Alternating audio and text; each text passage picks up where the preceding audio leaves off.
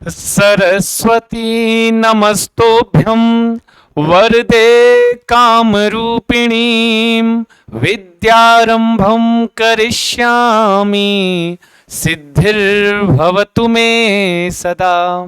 नमस्कार और स्वागत है आपका अपनी वही जानी सी पहचानी सी संस्कृत वाली क्लास विद्यारंभम करिष्यामि सिद्धिर्भवतु मे सदा। जिस विद्या का आप आरंभ करने जा रहे हो उनकी सिद्धियां हो जाएं, इसी शुभकामना के साथ, इसी मंगल कामना के साथ करते हैं आपकी अपनी संस्कृत वाली क्लास को स्टार्ट।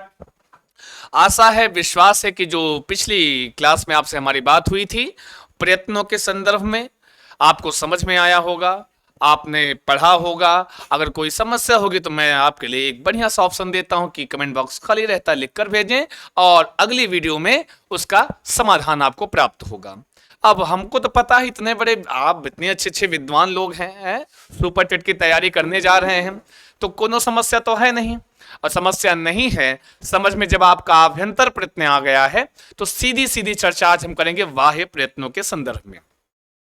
आभ्यंतर प्रयत्न में एक अंतिम वाला जो प्रयत्न था, कौन सा? संवृत। कौन सा जी? संवृत था। उसमें आपने एक लाइन लिखी थी, कल पाया था, बताया था कि प्रयोग की दशा में, क्या बताया था जी? कि प्रयोग की दशा में ह्रस्व आ का जो आभ्यंतर प्रयत्न होता है वो संवृत होता है। समझ में आया?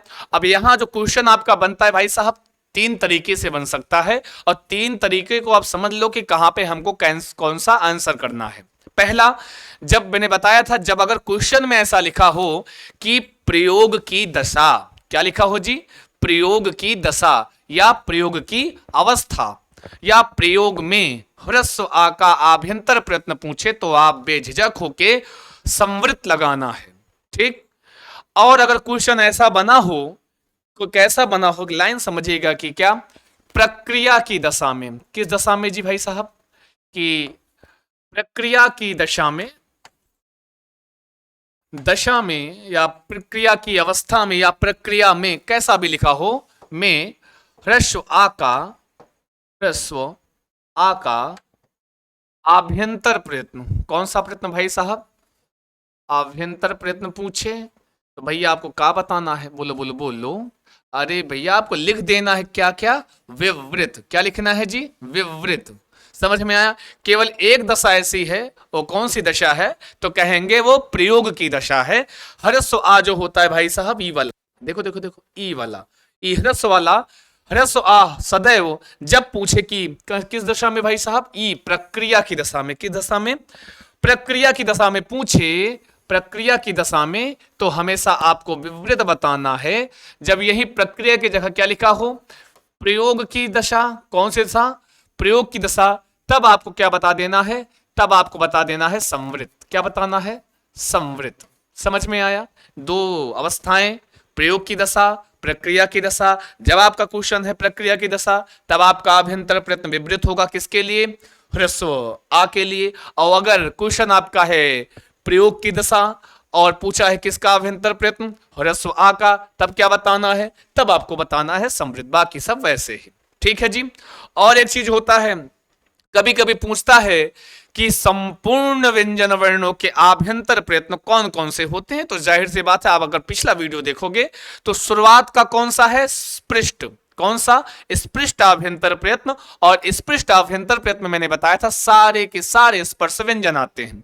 दूसरा मैंने बताया था ईषद स्पृष्ट, और ईषद स्पृष्ट में क्या बताया था मैंने? कि सारे के सारे अंतस्थ व्यंजन आते हैं। और उसका तीसरा जो भाग था, तीसरा जो प्रकार था, ईशत विवृत। ईशत विवृत में मैंने बताया था कि सारे के सारे ऊष्म व्यंजन आते हैं। तो आप देख लो, यहां पे स्पर्श भी हो गया, अंतस्थ भी हो गया, ऊष्म भी हो गया। तो यहां आप देख रहे हैं तीन के तीनों प्रकार आपके व्यंजन के आ गए हैं, और संस्कृत भाषा में व्यंजन के तीन ही प्रकार बताए गए भाई साहब। तो आप जब कभी ऐसा पूछ ले कि संपूर्ण व्यंजन वर्णों के आभ्यंतर प्रयत्न कौन कौन से होते हैं, तब आपको बोलना है क्या क्या? स्पृष्ट, ईषद स्पृष्ट और ईषत विवृत। समझ में आया? जब पूछे कि संपूर्ण स्वरों का आभ्यंतर प्रयत्न क्या होता है, तब बेझिझक होके, है ना जी, एकदम बिना सोचे समझे, नहीं सोच समझ लेना, नहीं तो कुछ और मार दो, है और गोला कर दो, नहीं नहीं, विवृत वाला ऑप्शन आपको गोला करना होगा। आई बात गई समझ में। तो चलते हैं सीधी सीधी अगली शुरुआत, एकदम तरोताजा भाप निकलती हुई शुरुआत किससे करते हैं? बाह्य प्रयत्न से। किससे करते हैं भाई साहब? बाह्य प्रयत्न से करते हैं। तो बाह्य प्रयत्न समझ गए। मैंने क्या बताया था कि जब किसी वर्ण के उच्चारण में, हाँ जी, जब कोई वर्ण का आप उच्चारण करते होते बोलते आ, बोलो क, ये क के उच्चारण के दौरान जो आपके भीतर प्रयास होता है, जो कोशिश होती है, जो चेष्टा होती है, वो का कहलाती है? अरे बोलो बोलो बोलो, अरे कुछ तो बोलो, मुंह को खोलो। कल मैंने बताया था ना जी, क्या बताया था? वो होता है आपका, देखो देखो, यह होता है, क्या होता है भाई साहब? होता है आपका, होता है क्या क्या क्या? बाह्य प्रयत्न। समझ गए? आप भी अपने जीवन में बहुत सारे प्रयत्न कर रहे हैं, ईश्वर करे उन प्रयत्नों में आप सदैव उत्तीर्ण हो, है ना जी। अब अपना अपना अपना प्रयत्न है। कोई सुपर टेट के लिए प्रयत्न कर रहा है, कोई किसी टेट के लिए कर रहा है, कोई किसी टेट के लिए कर रहा है, तो जाहिर सी बात है वो प्रयत्न आपका बिल्कुल सफल होगा। अब बात करते हैं हाउ मेनी प्रकार वर्तते, कितने प्रकार के होते हैं भाई साहब? कौन कौन कौन? बाह्य प्रयत्न। क्योंकि आपने तो आभ्यंतर पढ़ा, कितने प्रकार के? इतने इतने इतने। ये कोई कांग्रेस का प्रचार नहीं भाई साहब। ये 5 प्रकार हैं किनके? आभ्यंतर प्रयत्नों के। बाह्य प्रयत्न की जब आप चर्चा करते हो तो बोलो बोलो बोलो कितना? बोलो बोलो दक्षिणा कितनी मिलती भाई? ब्राह्मणों को दक्षिणा कितनी, कम से कम कितनी देनी चाहिए? अरे 11 रुपया। तो बोलो बोलो, हाँ जी, 11 प्रकार के। कौन कौन? 11 प्रकार के बोल लो। आपके क्रिकेट में हाउ मेनी प्लेयर? कहेंगे इतना, 11। तो वाह प्रयत्न कितने? 11। आईपीएल चल रहा है ना जी, रोज गिनना कि बताओ बताओ गुजरात में कितने प्लेयर हैं, तो कहोगे 11। तो 11 प्रकार के आपके बाह्य प्रयत्न हो गए। फिर कौन कौन से हैं? याद करना बहुत जरूरी है। क्या जरूरी है? तो ऐसे लाइन से याद कर लो। गाना वाना अच्छा गाते हो ना जी, तो वैसे ही हमको स्वर में, हाँ, राइम वर्ड याद करना है। विवार, बोलो बोलो बोलो, विवार। फिर दूसरे के नंबर पे संवार, फिर श्वास, फिर नाद, फिर अघोष, फिर बोलो बोलो बोलो घोष, फिर कौन सा प्राण? कहोगे अल्प प्राण। कौन सा प्राण? अल्प प्राण। फिर बोलो कौन सा प्राण? कहोगे महाप्राण, है ना जी। अब उसके बाद फिर आता है क्या? उदात्त। कौन सा? उदात्त, अनुदात्त और स्वरित। आपको ऐसे ही रटना है, ऐसे ही याद करना है। कैसे याद करना है? बोलो बोलो। जैसे मैं लिख रहा हूं, अपनी कॉपी में ऐसे उतारिएगा। पहले उतारो, निकालो कॉपी, निकालो निकालो निकालो जल्दी। जो हाथ बांध के बैठे हो, हमको पता है एक हाथ में चाय का कप होगा और बढ़िया आराम के साथ ईयरफोन लगा के बढ़िया बेड पे चौड़े आए होगे। नहीं, निकालो कॉपी, निकालो पेन, निकालो और इसको उतारो। क्या उतारोगे? क्या लिखोगे भाई साहब? बोलो बोलो। तो लिखोगे, आपको पढ़ना कैसे है, याद करना है। क्या आपको याद नहीं होता? क्या आप याद करने से परेशान हैं? क्या आपको कोई दिक्कत हो रही है याद करने में? हाँ हो रही है, तो मिलते हैं चंद्रा सर की क्लास में। का कैसे याद करोगे? ऐसे बोलो बोलो। जहां बैठे हो, जैसे बैठे हो, चाय पी रहे हो, पानी पी रहे हो, आपको बोलना है। क्या बोलना है? बोलो विवार संवार। बोलो बोलो विवार संवार, श्वास नाद, अघोष घोष, अल्प्राण महाप्राण। उसके बाद 3 ठो इकट्ठे बोलना है, उदात अनुदात स्वरित। बोलो बोलो विवार संवार, राइम वर्ड है कि नहीं है? विवार संवार, श्वास नाद, अघोष घोष, अल्प्राण महाप्राण, उदात अनुदात स्वरित। एक बार और बोल लो, आंखें बंद करके बोलना, आंखें बंद करके बोलना। बोलो विवार संवार, श्वास नाद, अघोष घोष, अल्प्राण महाप्राण, उदात अनुदात स्वरित। 11 ठू होता है का? बोलो बोलो बाह्य प्रयत्न। समझ में आया? जैसे आपने आभ्यंतर प्रयत्न में क्या पढ़ा था कि हाँ जी स्पृष्ट क्या होता है, स्पृष्ट में कौन कौन से वर्ण आते हैं, ऐसे ही आपको इसमें भी पढ़ना। किंतु कितने जोड़े में? 3 3 के जोड़े में। आपने जोड़ा से क्या समझा होगा? हमेशा 2 का जोड़ा देखा होगा। आज हम आपको दिखाते हैं 3 3 का जोड़ा। आओ मिलते हैं। हाँ जी बिल्कुल 3 का जोड़ा दिखाएंगे भाई साहब, कभी देखा नहीं होगा। आओ दिखाते हैं कैसे। ये हमारी संस्कृत है, यहाँ 3 3 का जोड़ा होता है। कैसे होता है? देखो देखो देखो, ये हुआ ना विवार श्वास अघोष को का चक्कर में पड़ गए हैं। का सोचे थे कैसा जोड़ा मिलेगा? ऐसा ही मिलेगा भाई साहब। ये हमारी संस्कृत है, इसमें आपको 3 का जोड़ा इसे मिलेगा, विवार श्वास अघोष, और इधर बनाओ श्वास नाद घोष। कितना बढ़िया है, अच्छा है कि नहीं। यहां भी अघोष, यहां घोष, पूरा राइम वर्ड। कौन सा ऐसा लिरिसिस्ट होगा जो लिखता होगा? ये हमारे आचार्य पाणिनि थे, उनसे बड़ा लिरिसिस्ट कौन हो सकता है? देखो, विवार श्वास अघोष, संवार नाद घोष, और तो और आगे देखो, उदात्त अनुदात्त स्वरित। ये समझ रहे हैं भाई साहब, आपके लिए आसानी हो गई है क्या कि आपको 3-3 के जोड़ों में याद करना है, बिल्कुल 11 के चक्कर पढ़ने नहीं है। इसलिए कहा गया, क्यों कहा गया आखिर कि विवार और श्वास और अघोष को एक साथ पढ़ो? ऐसा क्यों कहा गया? समझ में आया? माना कोई वर्ण होगा, जैसे माना x बराबर इतना, सोनी सर मानते हैं तो हम भी मान लेते हैं। माना का वर्ण है, कौन सा वर्ण है भाई साहब? का वर्ण है। इस का वर्ण का जो बाह्य प्रयत्न होता है वो विवार होता है, और इसी का वर्ण का माना बाह्य प्रयत्न श्वास भी होता हो, माना इसी का वर्ण का बाह्य प्रयत्न आपका अघोष भी होता है। तो ये हमारी संस्कृत हमेशा छोटा करने का काम करती है, आपको बहुत ज्यादा बढ़ा के पढ़ाने का कार्य नहीं करती है। तो इसीलिए कहा गया भाई साहब, जब इसका भी बाह्य प्रयत्न विवाह का है, श्वास में भी आता है, का घोष में भी आता है, तो काहे ना हम तीनों को एक साथ पढ़ लें। इसीलिए इन तीनों को एक साथ पढ़ा गया। कहने का मतलब जो वर्ण विवार में आएगा वही श्वास में भी आएगा, जो वर्ण श्वास में आएगा वही वर्ण अघोष में भी आएगा। इसीलिए इन तीनों को एक साथ पढ़ा गया। इधर आ जाओ बाएं साइड, ये भी कहता है, अब अपनी स्क्रीन के दाएं साइड कहते हैं संवारनाद घोष। कौन सा घोष भैया? संवारनाद घोष। अब इनको काहे को तीनों को एक साथ? इसीलिए कि जो वर्ण संवार में आएगा वही वर्ण नाद में आएगा, और वही वर्ण घोष में भी आएगा। आई बात गई समझ में? और ना आई हो तो बताओ, कमेंटम करो तू, और अगर आ गई है तो यस लिख के भेजो कि समझ में आ गई, आम लिख के भेजे। ये कौन सा भाई साहब? ये उदात्त अनुदात्त स्वरित। कौन सा? उदात्त अनुदात्त स्वरित। ये तीनों काहे इकट्ठे पढ़े गए? वही इसीलिए कि जो वर्ण इसमें आएगा वही इसमें आएगा, वही इसमें आएगा, इसीलिए तीनों को एक साथ पढ़ लिया गया। बात बचे कौन से? आपके प्राण। आपके प्राण बच गए। अरे प्राण बच गए। इस प्राण से एक प्राण याद आता है। कौन सा प्राण याद आता है? ऐसे में जैसे ऑफलाइन में पढ़ा तो एक दिन पढ़ा रहा था भाई साहब, गलती से पूछ बैठा, गंदी आदत है हमारी पूछने की, पूछ लिया, दोहरा दिया उसी को। पूछा अल्प प्राण क्या होता है?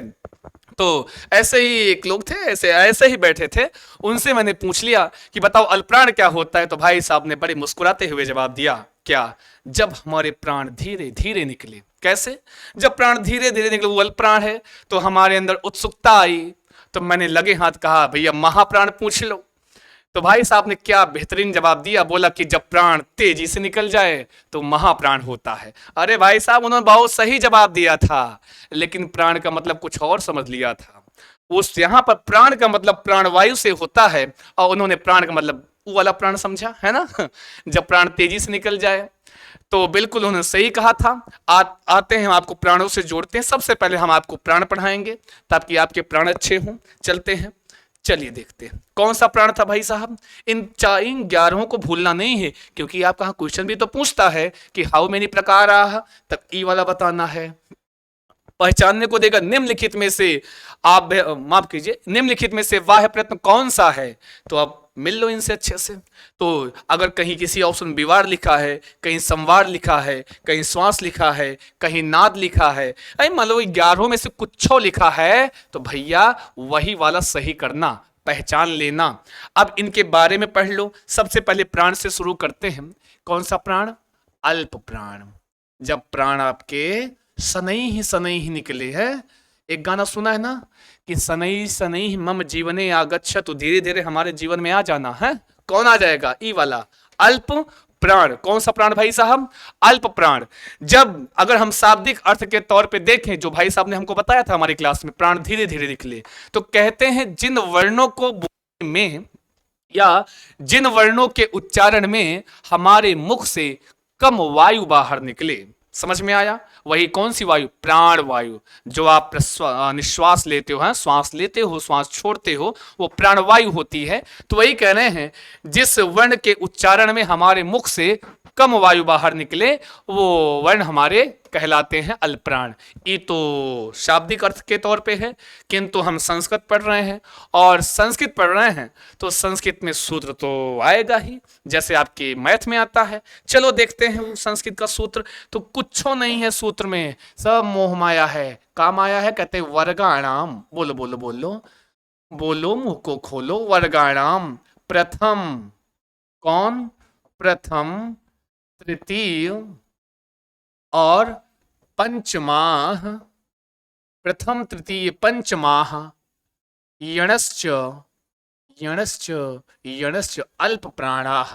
याद रख लो, यही लाइन याद है तो आपका अल्प प्राण कभी गलत नहीं होने वाला है। कौन सा? वर्गाणाम प्रथम तृतीय पंचमाह यणश्च अल्प प्राणाः। समझ में आया? वर्गाणाम मतलब, थोड़ा इसका मतलब पहले 2 बार बोल लो, पहले 2 बार बोलना है, नहीं हम आगे नहीं पढ़ाएंगे। क्या बोलना है? बोलना है, बोलो बोलो वर्गाणाम, बोलो वर्गाणाम प्रथम तृतीय पंचमाह यणश्च अल्प प्राणाः। वर्गाणाम मतलब, इसका मतलब समझ लो, वर्गाणाम मतलब वर्गों के। वर्ग तो आपने पढ़ा है, लिखा है, जाना है, समझा है। हाउ मेनी वर्ग तो आप मैंने बता दिया था। वर्गीय व्यंजन में, स्पर्श व्यंजन में 5 होते हैं, क वर्ग, च वर्ग, ट वर्ग और ट वर्ग तथा प वर्ग। तो कह रहे हैं प्रत्येक वर्ग का कौन सा वर्ण? तो कह रहे हैं प्रथम वर्ण। बोले तो प्रथम वर्ण। और कौन सा? तृतीय मतलब तीसरा वर्ण। और कौन सा? पंचमा मतलब 5वां वर्ण। और यणश्च मतलब जानते हैं अंतस्थ व्यंजन, आपने पढ़ा है। अंतस्थ व्यंजन किस प्रत्याहार में? तो आप बताओगे, बताओ क्या बताओगे? बताओगे भैया यण प्रत्याहार में। अब कह रहे हैं इस लाइन का मतलब क्या है? इस लाइन का मतलब है प्रत्येक वर्ग का पहला वर्ण, तीसरा वर्ण, 5वां वर्ण और अंतस्थ व्यंजन सब क्या कहलाते हैं? अल्प प्राणाः। बोलो बोलो बोलो, अल्प प्राणाः। अल्पप्राण होते हैं भाई साहब। कौन सा प्राण होते हैं? अल्पप्राण होते हैं।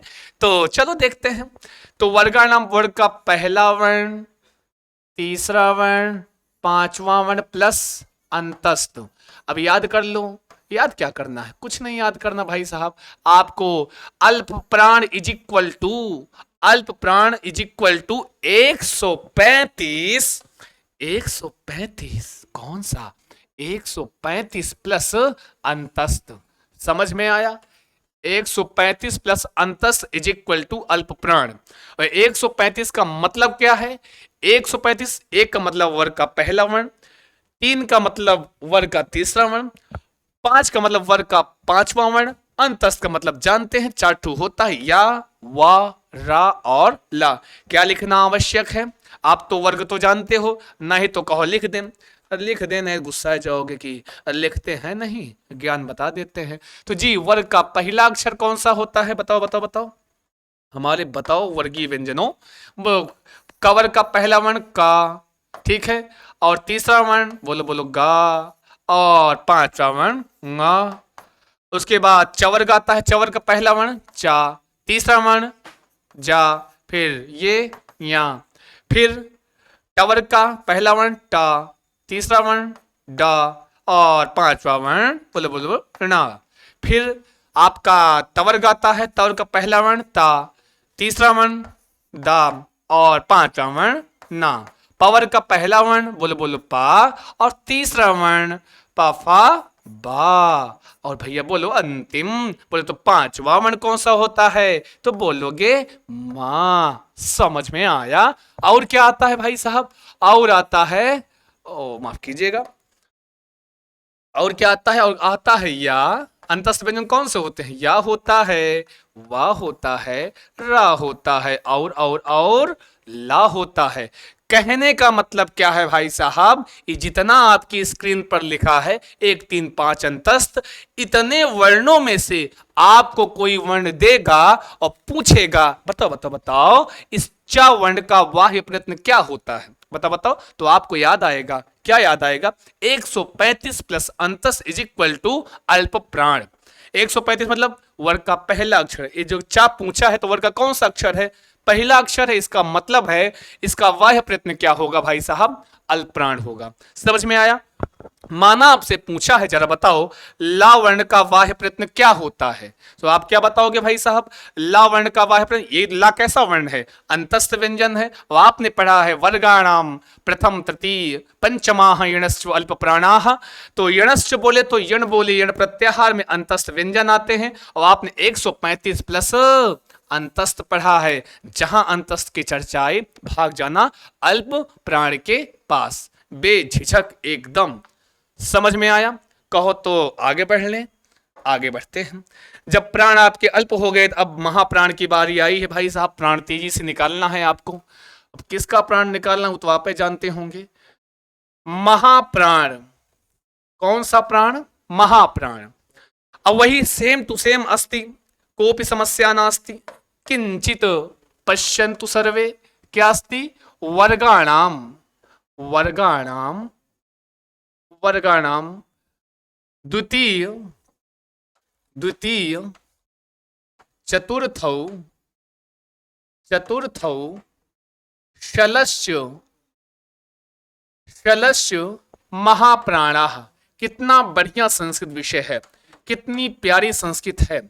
जाओ पूरा दम लगा के पढ़ लेना अंग्रेजी, पूरा दम लगा के हिंदी पढ़ लेना, और उसका आधा दम लगा के आधे मन से अगर आप संस्कृत पढ़ लिए भाई साहब, क्योंकि संस्कृत में अगर आप एक चीज तैयार कर रहे हो, कम से कम बता रहा हूं 5 चीजें तैयार होती।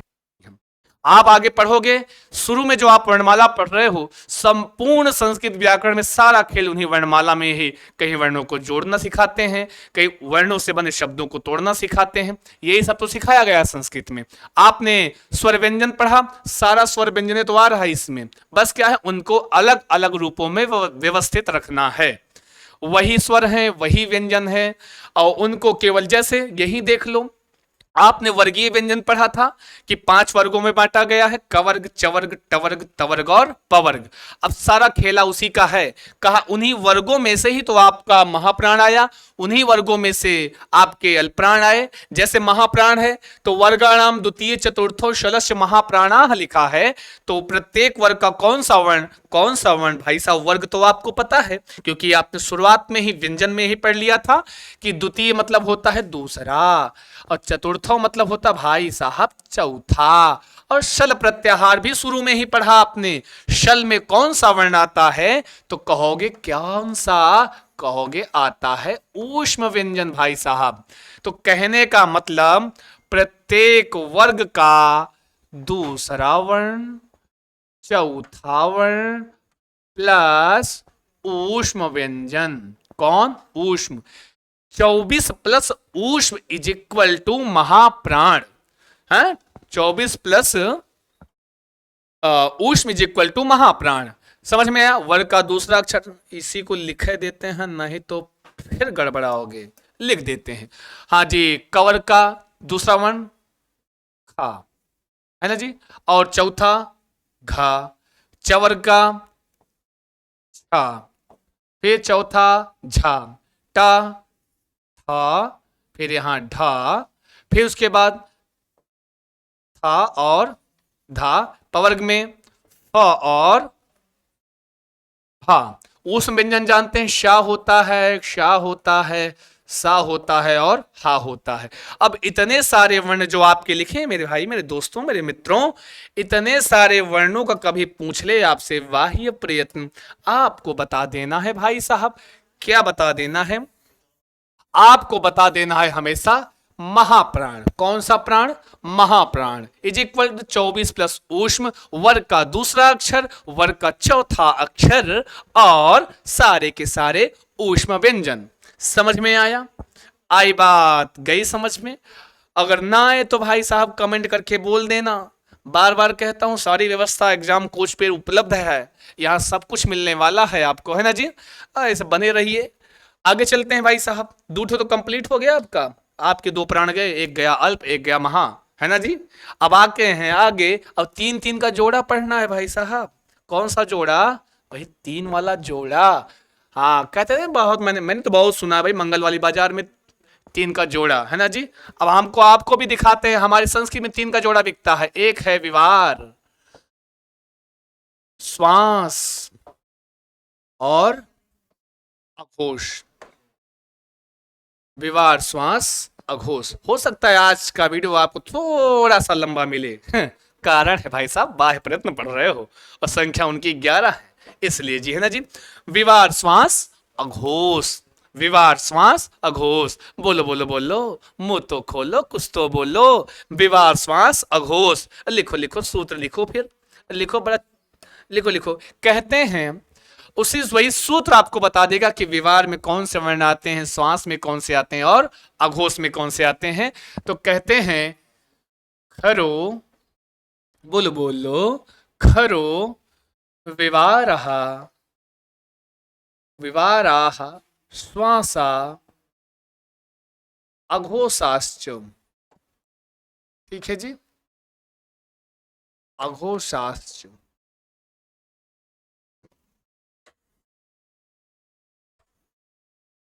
खरो विवारा श्वासा अघोषाश्च। ठीक है जी, खरो विवारा श्वासा अघोषाश्च, यही लाइन समझ गए। इसमें समझना क्या है, ये विवार श्वास अघोष को का, ये जो विवार श्वास अघोष लिखा है इसको का लिख दिए हैं, विवारा श्वासा अघोषाश्च। कोई मतलब नहीं समझना है, बाकी मतलब कहाँ समझना, यही एक चीज में समझना है। किस वाले में भाई साहब, इसी में सारा दिमाग लगाओ, जितना तुम्हारे अंदर भरा पड़ा है ये निकाल दो। कहाँ पे, खरों में, खरों में निकालो जो निकालना हो। खरों का मतलब क्या होता है, बोलो बोलो बोलो, खरों का मतलब होता है खर प्रत्याहार। कौन सा प्रत्याहार, बाकी कह रहे हैं खरों का मतलब खर प्रत्याहार। आगे लिखा है विवाराह, आगे लिखा है श्वासा, आगे लिखा है अघोषाश्चु। इसका मतलब पूरी लाइन का यही हुआ।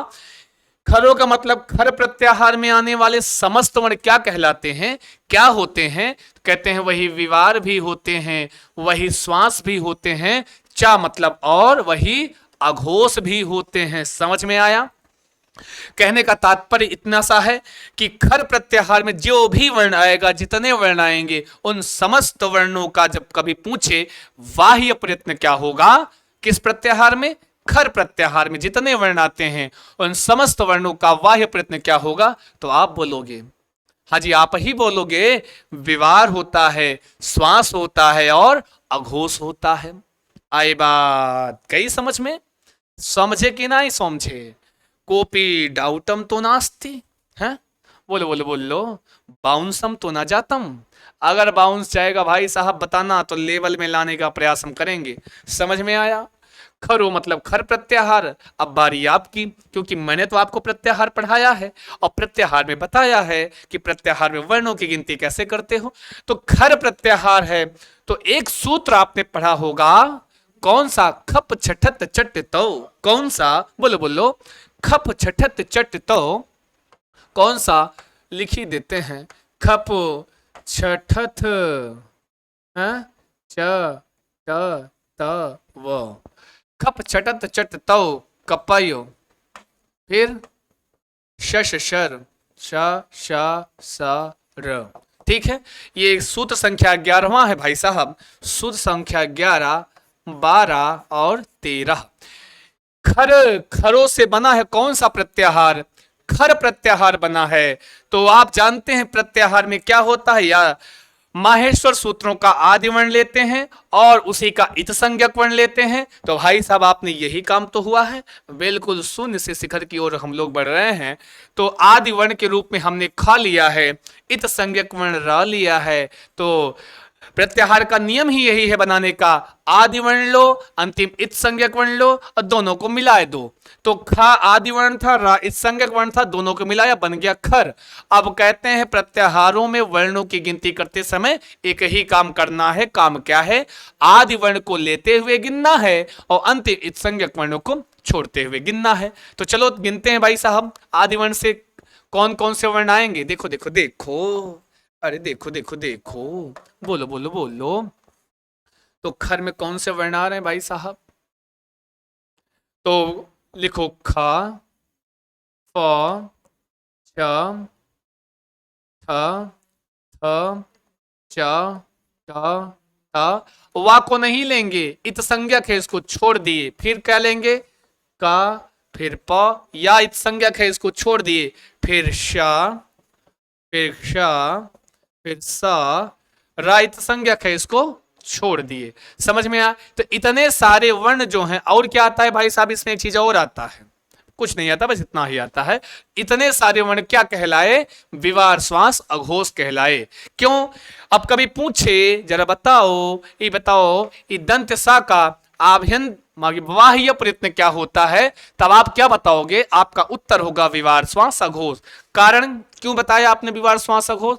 क्योंकि आप जानते हैं खर प्रत्याहार में ई वाला सा भी आता है, और ये भी जानते हो खर प्रत्यय जितने वर्ण आएंगे सबका बाह्य प्रयत्न विवार भी होगा, श्वास भी होगा और अघोष भी होगा। माना आपको कोई दिक्कत हो रही है, अक्सर होता है एग्जाम में जब आप बैठते हो तो आपका माना किसी कारणवश आपका प्रत्याहार उड़ जाए, उड़ हो जाए, गुम हो जाए, घबराना बिल्कुल नहीं है। जुआड़ है, हाँ जुआड़ है जुआड़ में बताता हूं ना जी, कि प्रत्येक वर्ग तो बहुत अच्छे से रट लिए होंगे, 5 होते हैं, उनमें सारे वर्णों को जानते होंगे कि प्रत्येक वर्ग का पहला वर्ण, दूसरा वर्ण और तीनों प्रकार के शा कौन कौन से कहते हैं? वर्ग का, कहां का कहेंगे? वर्ग का पहला वर्ण, दूसरा वर्ण प्लस शा, शा, सा, तीनों प्रकार के सा। ये किस में आते हैं? किस प्रत्याहार में आते हैं? तो कहेंगे खर प्रत्याहार में आते हैं। और ये ऐसा प्रत्याहार भाई साहब, आप पूरी व्याकरण पढ़ लो, कई बार आपसे इसकी मुलाकात होने वाली है। किसकी? खर की। इसलिए जानते रहो, आपको इस सूत्र में भटकना ना पड़े, सूत्र तो याद होना चाहिए, इसमें भटकना ना पड़े, इसके लिए आपको यह जानना है कि खर प्रत्याहार में कौन से वर्ण आते हैं। तो एकदम सिंपली याद कर लो, प्रत्येक वर्ग का पहला वर्ण आएगा, दूसरा वर्ण आएगा और तीनों प्रकार के शा आएंगे, याद रखना।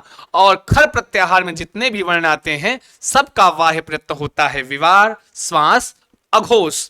अब वर्ग का पहला और दूसरा जो वर्ण है जरा देख लेते हैं भाई साहब कौन से आते हैं। पहला वर्ण वर्ग का खा, चा, छा, ठीक है जी। उसके बाद टा, था, ता, था, पा, फा, और 3 प्रकार के शा, शा और सा। समझ में आया? अब मिला लो इसमें से, अपने जुआड़ से अपना नियम मिलाओ, सारे वर्ण आ रहे हैं कि नहीं आ रहे हैं? देखो देखो बताओ, यहां से चलो मिलाते हैं भाई साहब। मिलाना कितनी अच्छी बात होती है, बिछड़े हुए को मिला दो। कहते हैं इक्का है तो ढूंढो, इसमें मिला, ये मिला का। खा है और ढूंढो, ये मिला खा। चा है, मिलो, ढूंढो ढूंढो ढूंढो, ये मिल गया। छे और ढूंढो और ये मिला। टा, टा ढूंढो, ये मिल गया। ठा, ये भी ढूंढो ढूंढो, ये भी मिल जाएगा। ता कहीं पे है, हाँ जी, कहाँ मिला कहाँ मिला, ढूंढो ढूंढो ढूंढो, ता मिलेगा, ये मिला। फिर था ढूंढो, ये भी मिल गया। पा ढूंढो, पा पा पा कहाँ गया, ई है ना जी। फा, ये भी मिल गया। फिर कौन बचा? तीनों प्रकार के सा, ये बिल्कुल क्रम से लगे हुए। अब बताओ ये खर प्रत्याहार सही है कि नहीं सही है? याद कर लो, कहीं छाप लो कॉपी में, उतारो जल्दी। क्या उतारना है? प्रत्येक वर्ग का पहला वर्ण, दूसरा वर्ण और तीनों प्रकार के सा क्या कहलाते हैं भाई साहब? खर कहलाते हैं। और खर में जितने वर्ण आते हैं वो क्या कहलाते हैं? वो विवार कहलाते हैं, वो श्वास कहलाते हैं और वो अघोष कहलाते हैं। आई बात कई समझ में? और समझ में आ गया हो तो 2 कदम स्वच्छता की और आगे बढ़ाओ। चलते हैं। और जो दूसर का 3 का जोड़ा था, संवार नाद घोष। बात आती है क्वेश्चन कैसे आता है? क्वेश्चन ऐसे ही आता है, कोई वर्ण देगा, पूछेगा इस वर्ण का बाह्य प्रयत्न क्या होगा। पूछ लिया, बताओ इस फा वर्ण का बाह्य प्रयत्न क्या होगा? क्योंकि ये वर्ग का पा फा वर्ग का दूसरा अक्षर है, तो दूसरा अक्षर किस में आता है? खर में आता है। कौन सा? वर्ग का पहला वर्ण, दूसरा वर्ण, तीनों प्रकार के साथ। और जुआर से याद करना है तो विश आ। क्या याद करना है भाई साहब? ये लिख लो लिख लो लिख लो, छापो छापो छापो छापो छापो। क्या लिखना है? विश आ, विश आ, ठीक है जी। विश आ इक्वल टू, हाँ जी, का 12 प्लस तीनों प्रकार के शा, शा, सा। इतना ही याद कर लो भाई साहब। जो थोड़ा बहुत जुआर जहां से लग पा रहा है लगाओ और याद कर लो। क्या? विश आ, विश आ, विश का विवार, शा से श्वास, आ से अघोष। विवार श्वास अघोष कौन से वर्ण आते हैं? तो वर्ग का पहला, दूसरा और तीनों प्रकार के साथ, बस इतनी सी बात है गुरु। जहां लगे कठिन है थोड़ा बता देना, फिर दूसरी मेडिसिन यूज करेंगे। अगर ये काम नहीं कर रही है, 500 mg नहीं काम कर रही है, तो 650 यूज करेंगे, है ना जी।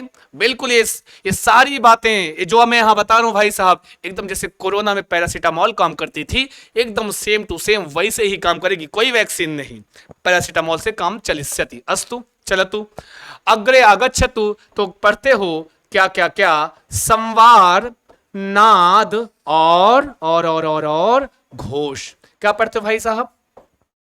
संवार, नाद, घोष। इसका पहले जुगाड़ बताएंगे, बाद में इसके बारे में। पहले सूत्र लिख लो भाई साहब, जीवन में सूत्र का होना बहुत जरूरी है।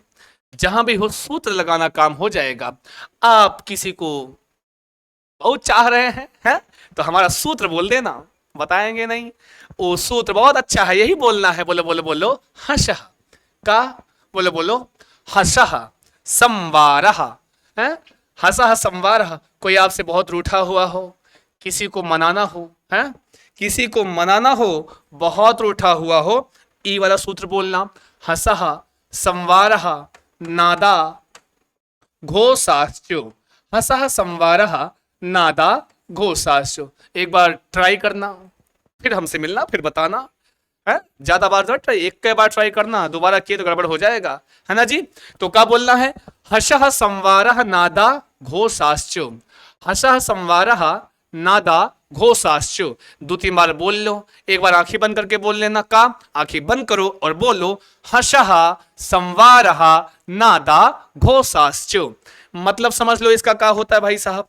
मतलब बिना समझे काम तो होना नहीं है, तो समझ लो क्या हो। हर्षः मतलब हर्षा हर्षा हर्षा हर्षा। अरे हंसो भाई साहब, कैसे हंसना है? हंसा मतलब होता है हंसना। नहीं नहीं, बिल्कुल नहीं। यहाँ हंसा का मतलब हुआ भाई साहब आपका वही पुराना सा प्रत्याहार, हर्ष प्रत्याहार। ये भी इंपॉर्टेंट है। कौन इंपॉर्टेंट है? ये हंस प्रत्याहार भी इंपॉर्टेंट है। आगे क्या है? संवारः नादा घोषाश्चो। संवारः का मतलब क्या हुआ? संवार। नादा का मतलब नाद, और घोषा का मतलब घोष। तो कहने का मतलब बस इतना सा है कि हंस प्रत्याहार में जितने सारे वर्ण आते हैं, जो भी वर्ण आते हैं, अब ये कहां से बनेगा भाई हंस प्रत्याहार? चलो देखते हैं कहां से बनेगा भाई साहब। एक आपका सूत्र है हैवरट। कौन सा वरट? बोलो बोलो बोलो, हैवरट। बोलो बोलो बोलो, मुंह को खोलो, कुछ तो सोचो। क्या है? हैवरट। उसके बाद लड़, फिर यमंगड़नम। ये सूत्र है कि नहीं है? याद कर लो, रट लो, पूरे व्याकरण में काम आने वाले हैं। यमगणनम, फिर झभई, फिर घड़धश, ठीक है, फिर जब गढ़ दस है, जब गढ़ दश, है ना जी। जब वहां पे 10, यहां से का लिया भाई साहब, यहां से लिया आपने आदि वर्ण हा, फिर इत संज्ञक वर्ण लिया शा, है ना जी, और दोनों को दिया मिलाए, बन गया हर्ष। जब हर्ष बन गया, हर्ष एक प्रत्याहार। प्रत्याहारों में वर्णों की गिनती करना तो आपको बहुत अच्छे से आता है। तो चलो गिन के बताओ। बताना क्या, हम सीधे जुगाड़ बताते हैं, आप उसी में अप्लाई कर लेना कि जुगाड़ लग रहा है कि नहीं लग रहा है। तो जैसे एक वर्ग था, आपने पिछले वाले में बताया कि वर्ग का पहला अक्षर, दूसरा अक्षर और तीनों प्रकार के साथ किसमें आते हैं? किसमें आते हैं? खर में आते हैं। तो वर्ग का पहला अक्षर निकल गया, दूसरा अक्षर निकल गया और तीनों प्रकार के शा निकल गए। बचा क्या? बचा वर्ग में क्या बचा आखिर भाई? अब भाई जब पहला दूसरा निकल गया तो जाहिर सी बात है आपका बचा यही वर्ग का तीसरा अक्षर बचा होगा, चौथा अक्षर बचा होगा, पांचवा अक्षर बचा होगा, और संपूर्ण वर्णमा 3 प्रकार के शा शा सा, 3 सा निकल गए। तो इन सा शा सा के का साथी हा बचा है। क्या बचा है जी? प्लस हा बचा होगा और प्लस अंतस्थ व्यंजन बचा। क्या बचा? अंतस्थ व्यंजन। ठीक है जी। अब 345 प्लस हा प्लस अंतस्थ याद कर लेना। 345 प्लस अंतस्थ प्लस हा इज इक्वल टू संवार नाद घोष। और संवार नाद घोष करने में बड़ा दिक्कत हो रही तो लिख लो, है क्या? क्या लिख लो? लिख लो, जो मन हो लिख लो। का बताएं, का लिख लो? लिख लो, यही लिख लो, सन्नाघो। आहा, कौन सा घो? बोलो बोलो बोलो। का सन्ना घो। ठीक है जी। सन्ना घो विष आ इज इक्वल टू 12 प्लस तीनों प्रकार के शा।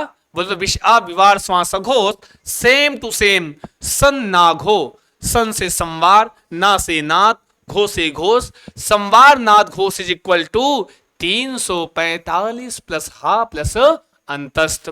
अब जो जो वर्ण आते हैं वो छाप लो, वो लिख लो। चलो लिखते हैं भाई साहब। वर का तीसरा अक्षर क्या होता है? कवर का तो कहोगे गा, फिर चौथा घा, फिर ंगा। ठीक है।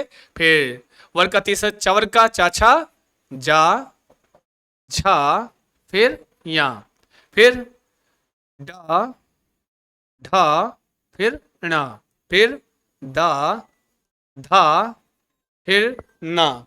ठीक है जी। उसके बाद फिर बा, फिर भा, फिर मां। समझ में आया जी? आई बात गई समझ में? समझे कि नहीं समझे? बताओ बताओ, समझे कि नहीं समझे? हाँ जी समझे। ये हो गया वर्ग का तीसरा चौथा पांचवा अक्षर। और क्या आता है? कहते हैं हा आता है, लिख लो भाई साहब हा। अब कहते हैं अंतस्थ भी आता है, तो अंतस्थ या होता है, वा होता है, रा होता है और ला होता है। समझ में आया? समझे कि नहीं समझे? समझ गए होंगे कि अब इतने वर्णों में से जब आपसे पूछे कि जरा बताओ इस वर्ण का वाह्य प्रयत्न क्या होता है, तो आपको सन्नाघो बता देना है, संवार नाद घोष बता देना है। क्योंकि संवार नाद घोष में तो आपने पढ़ा है, क्या पढ़ा है भाई साहब? संवार नाद घोष में पढ़ा है तीसरा चौथा पांचवा वर्ण और हा तथा अंतस्थ व्यंजन। ठीक है जी। अब आगे देख लेते हैं। जो आप पढ़ लिए सीधे सीधे अल्पप्राण महाप्राण पढ़ लिया, एक कैठू बचा है, जल्दी जल्दी पढ़ लेते हैं। क्या है? वही उदात्त, क्या? उदात्त, अनुदात्त और स्वरित। देखो हमारे अक्षर उड़ते हुए नजर आते हैं। क्यों? टेढ़ा मेढ़ा नजर आता है तो उसको ध्यान नहीं देना है, क्योंकि ऐसा लगता है हम अंतरिक्ष में पढ़ा रहे हैं और अंतरिक्ष में चीजें अक्सर उड़ती हुई नजर आती हैं। तो घबराना नहीं है बिल्कुल है? हम सोचो ये फील किया करो कि आपको भी हम अंतरिक्ष में लेके चल रहे हैं। उदात्त, अनुदात्त, स्वरित, ये तीन है जी। अंतिम में जो बचे तीन का जोड़ा पढ़ना था, उदात्त, अनुदात्त, स्वरित। देखिए ये क्या है? स्वर के प्रकार हैं। किन के प्रकार है भाई साहब? ये स्वर के प्रकार हैं। अब ये मत कहना कि सर आपने ही ह्रस्व पढ़ाया था, दीर्घ पढ़ाया था, प्लुत पढ़ाया था। ह्रस्व दीर्घ प्लुत पढ़ाया था, वो स्वर के प्रकार नहीं। हमारे यहां संस्कृत दो होती है, एक होती है लौकिक संस्कृत, एक होती है वैदिक संस्कृत। जब आप वैदिक संस्कृत पढ़ते हो, वेदों में जो लिखा है वो मंत्र कहलाते हैं। जो आप वेदों में लिखा होता है वो मंत्र कहलाते हैं। जो रामायण महाभारत इत्यादि में लिखा वो सब क्या है? श्लोक होता है। जो मैं आते ही जो आपसे प्रार्थना कराता हूं वो श्लोक है, लेकिन जो वेदों में लिखे गए वो मंत्र कहलाते हैं। और जब कभी मौका मिले, गलती से आपके सामने कभी वेद के मंत्र लिखे होंगे तो पक्का उसमें कहीं ऐसे कहीं ऐसे कहीं ऐसे वर्णों के ऊपर लाइनें खींची हुई होती हैं। क्या होती हैं? ऐसे लाइनें खींची हुई होती हैं। तो वही ये जो लाइनें हैं वो बताती हैं कि इन लाइनों के माध्यम से बताया जाता है। चिन्ह होते हैं, निशान होते हैं। किनके? उदात्त के, अनुदात्त के और स्वरित के चिन्ह होते हैं। कोई पागल नहीं कि ऐसे ऐसे ऐसे कर दिया, नहीं, ये चिन्ह होते हैं उदात्त, अनुदात्त, स्वरित के। आपने एक चीज और देखा होगा, अब जिनको ये सौभाग्य प्राप्त हुआ हो, जिनका शादी विवाह हो गया हो, है, जिस इस परिणय से परिचित हो, अगर हो सकता है बहुत बिजी रहे हो, शादी में ना देख पाए हो, और नहीं तो जो देखे होंगे तो कहते हैं कुछ जो वेद पाठी होते हैं, जो पुरोहित होते हैं, जब वो जाते हैं, जब वो वेद मंत्रोच्चार करते हैं भाई साहब, तो उनका हस्त संचालन होता है वो ऐसे ऐसे, है ना जी। आपने देखा हो कोई ऐसे फिर ऐसे मंत्र पढ़ते हैं ना जी, ऐसे ऐसे हाथ करते हैं। इसका कारण है, पागल नहीं है वो लोग कि यहां से डिस्टर्ब हो गया इसी से कर, नहीं नहीं नहीं नहीं, वो एक्चुअली उदात्त, अनुदात्त, स्वरित पढ़ते होते हैं। तब उनका हाथ, जब उदात्त पढ़ते हैं हाथ ऊपर की ओर जाता है, जब उनके मुख से अनुदात्त स्वर निकलता है तो हाथ नीचे की ओर आता है, जब वो स्वरित पढ़ते हैं तो हाथ समाहार में चलता है भाई साहब। समझ में आया? ना देखा हो कोई दक्षिण भारत की मूवी देख लेना, पक्का मिल जाएगा। ठीक है, उदात्त, अनुदात्त, स्वरित, ये चिन्ह है। कुछ विशेष चिन्हों से स्वर वही होते हैं जो आपके लौकिक में होते हैं, स्वर न होते हैं। अब कभी ये पूछे कि समस्त स्वरों का बाह्य प्रयत्न क्या होता है, तब आपको बताना है उदात्त, अनुदात्त, स्वरित। किसका? स्वरों के बाह्य प्रयत्न। किनके? स्वरों के बाह्य प्रयत्न। ठीक है जी, हाँ याद रखना।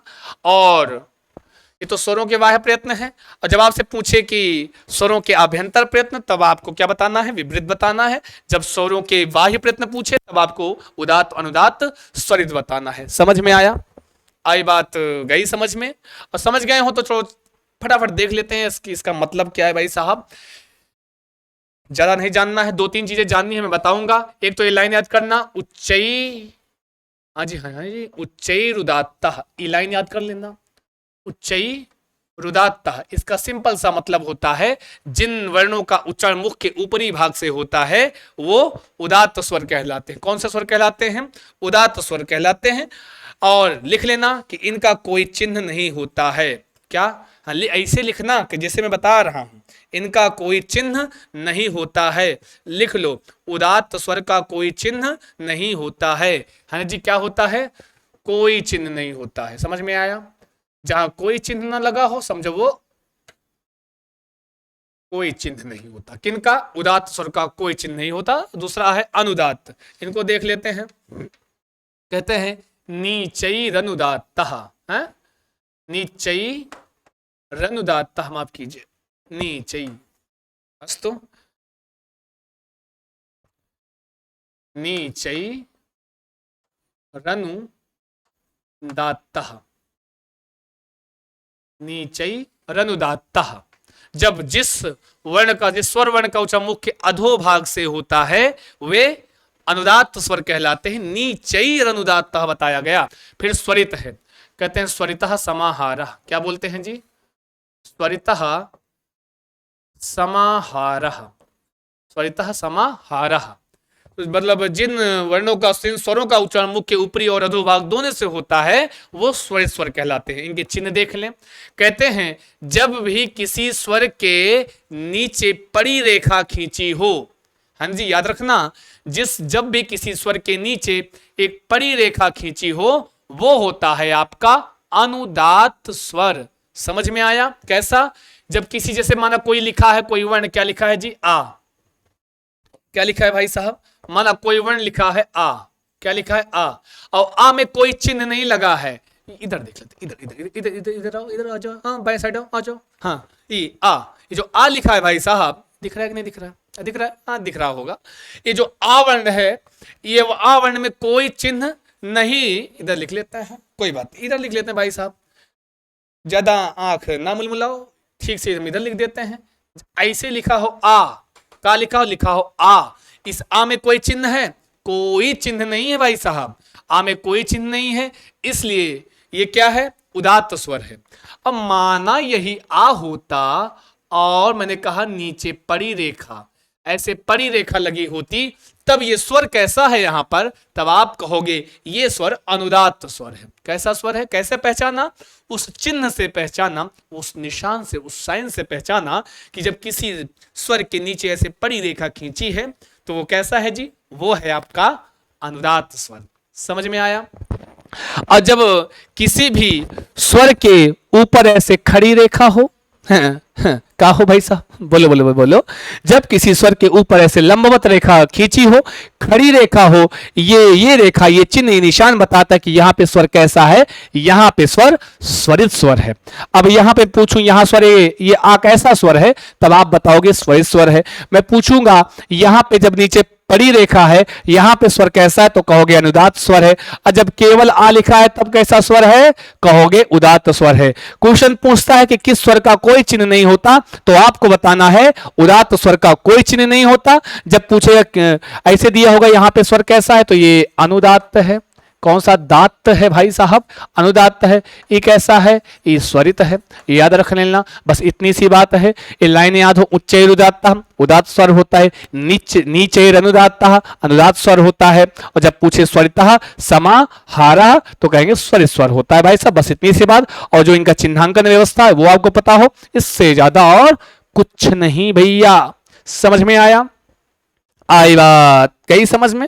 आज वीडियो थोड़ा सा आपके लिए लंबा हो गया होगा, लेकिन मेरे दोस्तों, मेरे मित्रों, अगर इसको देख लोगे तो आप पक्का आपका बाह्य प्रयत्न एकदम क्लियर हो जाएगा। और जहां भी दिक्कत हो, समस्या हो, कमेंट बॉक्स आपके लिए सदैव खाली है। आप अपने उसमें कमेंट बॉक्स में अपनी उंगलियों को फेरिए और लिखिए जो भी समस्या हो। आप लिख के भेजिए। आप पोस्ट बॉक्स नंबर तो नहीं बता सकता मैं लेकिन एग्जाम कोच वाले उस चैनल के कमेंट बॉक्स में लिख के भेजेंगे।